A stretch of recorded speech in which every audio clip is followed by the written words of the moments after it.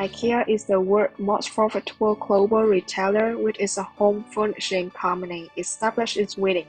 Exceeding Walmart and Tesco of the United Kingdom. IKEA had over 400 stores in various formats in 28 countries in 2017, employing over 160,000 people and generated more than 35 billion euros in income. IKEA began as a small retail outlet in 1943, but then 17 years old in Cambridge, focusing on flatbed furniture boxes with a large do-it-yourself component. It is now well known for its iconic blue and yellow big box retail stores. Despite the fact that IKEA has become a global phenomenon, it was slow to internationalize at first. It took the corporation 20 years to grow outside Sweden to its neighbor Norway. IKEA adopted a worldwide strategy, first extending to Europe and then beyond after owning and refining its core competencies in its home market, designing and delivering modern, functional home furniture in a unique retail experience, result in a low-cost structure. IKEA can sell the same types of home furnishing all over the world with little change thanks to this strategy, but it does make some allowance for country references. IKEA now is present for every major market and has expanded into India and Serbia in 2017. IKEA's success in both rich countries such as the United States and Germany, as well as in emerging economies such as China, India, and Russia, hailing from a small country in Europe. IKEA earns the vast majority of its revenue outside of its borders. Moreover, IKEA fastest growth in outside Europe. It was not surprising to know that IKEA has the fastest expanding fortune marketplace in both developed and emerging economies like China and Russia. IKEA seeks to create goods that are both useful and enjoyable, as well as inexpensive and long-lasting. Even if the main target market is low and middle income consumers, but they have a high-quality product that meets the demand of high-income consumers. IKEA is one of the world's largest furniture retailers, so IKEA faces significant challenges in moving forward the internal and external challenges. In the internal challenges, without Cambridge involvement, no strategic decisions have been made, and he announced that he is stepping down from chairing enter IKEA, which influenced the culture and organizations of the company. Cambridge and Sam Walton are both influential for IKEA and Walmart. In 1988, the retirement of Sam Walton brought a great influence to the Walmart Corporation. Similarly, in 2013, when Cambridge retired, it was predicted that IKEA would suffer the same difficulties as Walmart. So, is that true? In fact, power remains focused on the hands of Cambridge family because his youngest son Matthias will take over as the chairman of IKEA. The Cambridge family still control the IKEA empire's complex business structure, and Cambridge maintains a strong grip behind the scenes. Therefore, compared to Walmart, which is a public company, IKEA is a private company, so the transition will be smoother. Moreover, despite the fact that he's stepping down as chairman, Cambridge said that he intends to stay in an advising role. He remarked in a statement that, "My passion and engagement for many people, the IKEA concept, simplicity and cost consciousness is strong as ever. I will continue to share ideas and views, and I will continue to spend time in the store and in the factories to work with people and have achieved constant improvement. Our journey just started. I believe that Cambridge must have done successful planning for further development of IKEA before stepping down from his position."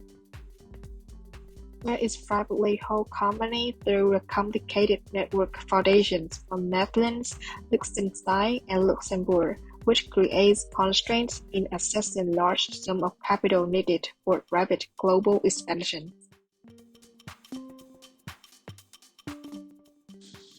On the other hand, IKEA external challenges are mainly about recruiting top designers and launching a wide range of low-price furnishings, opening new stores to drive future growth, find new sources of supply and more store openings, finding suppliers to be a strategic fit with its highly efficient operations. Cultural differences across IKEA market is also one of the crucial factors.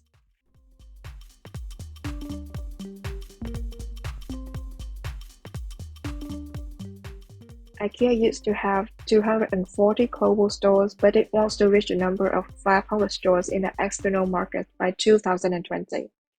This means they would like to open over double stores around the world. They are competitors of low-price furnishing, increasing such as Kmart and Target.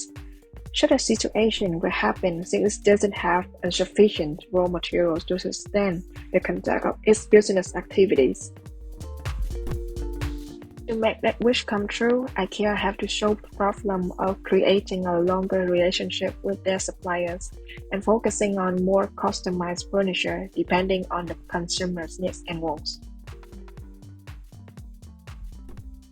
At that moment, IKEA decided to change the international strategy to the global standardization methods.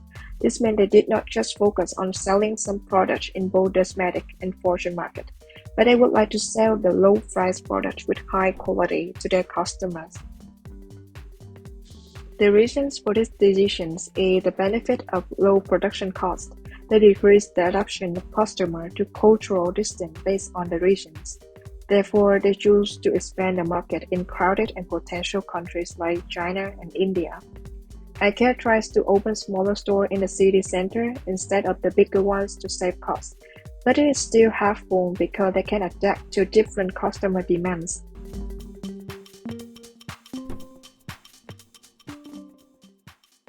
The main challenge in this situation both for IKEA is the need to adapt to each market's particular set of characteristics. An external analysis needs to be conducted for each market to identify key elements that may affect IKEA strategies. Significant differences in political environment could reveal the risk of investing in China due to high level of government control and the uncertain trade of the copyright law. It could also become apparent in the individual disposable income varies greatly among three countries. While Americans have the highest level of income of three countries, the 2008 economic downturn affected the economic growth of the US and Russia more strongly than China. Just by looking at a couple of factors, it becomes apparent how complex IKEA's strategy will be in order to be successful in such diverse environments. IKEA tries to implement the idea toward improving the diversity of the product. They intend to decline the cultural distance not only based on the lower price. In fact, they also consider the country designs. In addition, they decide to connect with local designers for unique ideas and inspiration, but still bring familiarity to tradition culture for better customer satisfaction.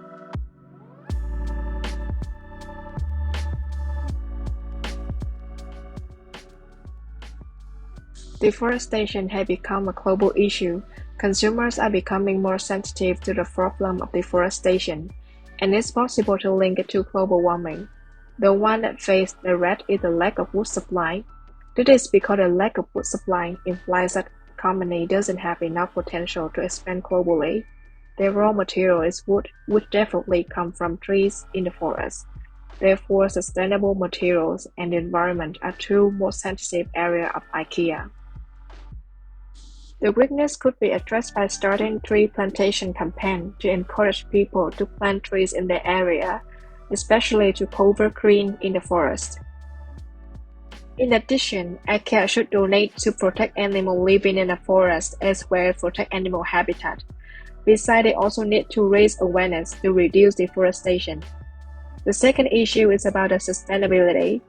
IKEA should use sustainable materials and sources. For example, they should mainly use organic and decomposable materials for production.